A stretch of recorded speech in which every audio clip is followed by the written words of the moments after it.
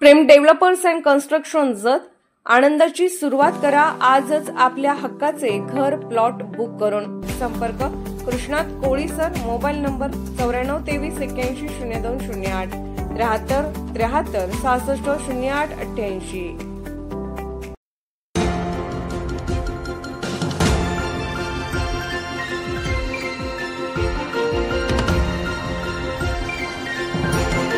आपण पाहत आहात जत मराठी न्यूज। एमपीएससी यशस्वी सूरज गावडे यांचा गौरवशाली सत्कार। महाराणी देवी अहिल्याबाई होळकर एज्युकेशन सोसायटी सांगली यांच्या श्री सिद्धनाथ विद्या मंदिर अंकले येथे एमपीएससी परीक्षेत उल्लेखनीय यश मिळवलेल्या सूरज गावडे यांचा शनिवार दिनांक 22 नोव्हेंबर 2025 रोजी दिमाखात सत्कार करण्यात आला। कार्यक्रमाची सुरुवात सरस्वती पूजन करून झाली, तर विद्यार्थी आणि शिक्षकांनी विश्व प्रार्थना व स्वागत गीत सादर करून उपस्थितांचे मनोहर स्वागत केले। कार्यक्रमाचे अध्यक्ष पंचायत समितीचे माननीय सदस्य श्री कुंडलिक सरगर यांनी उपस्थित मान्यवरांचा सत्कार केला।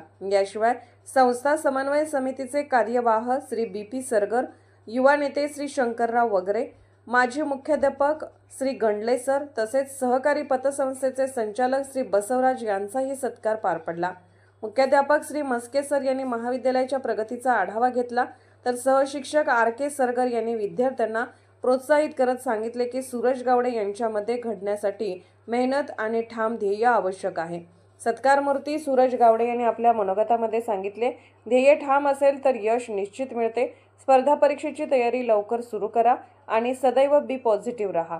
कार्यवाह बीपी सरगर म्हणाले, कष्टांचे फलित म्हणजे सूरज गावडे, तर युवा नेते शंकर वगरे यांनी सूरजच्या पालकांचे कौतुक करत म्हटले, संपत्तीपेक्षा मुलांच्या शिक्षणाला प्राधान्य दिल्यामुळेच आज त्यांचे यश तेजाने झळकत आहे। अध्यक्ष कुंडलिक सरगर यांनी गौरवोद्गार काढत सांगितले, सूर्य जसा प्रखरतेने चमकतो तसेच सूरज गावडे ही उज्ज्वल यशाने प्रकाशमान झाली आहेत। कार्यक्रमाचे सूत्रसंचालन नाकेल मॅडम यांनी, तर आभार प्रदर्शन वाघमोडे मॅडम यांनी केले। यावेळी विद्यालयातील शिक्षक, शिक्षिका, प्राध्यापक वर्ग, कर्मचारी, विद्यार्थी व पालक मोठ्या संख्येने उपस्थित होते। निघून जायचं, अपयश येत राहायचं। जर मी हा विचार केला असता की माझ्याकडून होत नाही, जर हा विचार जरी माझ्या मनात आला असताना, तरी पण आज मी या शिखरापर्यंत पोहोचलो नसतो। विचार हा कायम पॉझिटिव्ह असला पाहिजे। तो पॉझिटिव्ह विचार आपल्याकडून चांगले कार्य करून घेतो आणि आपल्या उद्देशापर्यंत पोहोचण्यासाठी आपल्याला मदत करतो। मी अजून ह्या ज्या 7-8 बाबी झालेल्या आहेत, हे मी जे मगाशी सांगितलं ही प्रोसेस आहे। या प्रोसेसवर जर तू सुखासाठी कधी कधी रडावं लागतं, उंच आणि मनमोहक धबधबा होण्यासाठी पाण्यालाही उंचावरून पडावं लागतं।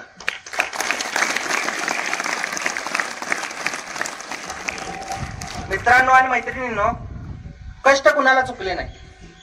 कष्ट हे कंपल्सरी करावेच लागणार आहेत, आपल्याला लक्षात घ्या।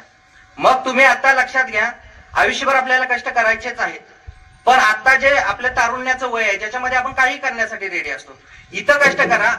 माझं असं होतं की घरच्यांनी ज्यावेळी ठरवलं की माझं ग्रॅज्युएशन झालं, त्याच्यानंतर आम्ही असंच घरी बसलो की काय करायचंय रे, आमचं बोलणं झालं की तू जॉब करत असतंय, म्हणून त्यांचं वाक्य परत सांगतोय की process is more important than result.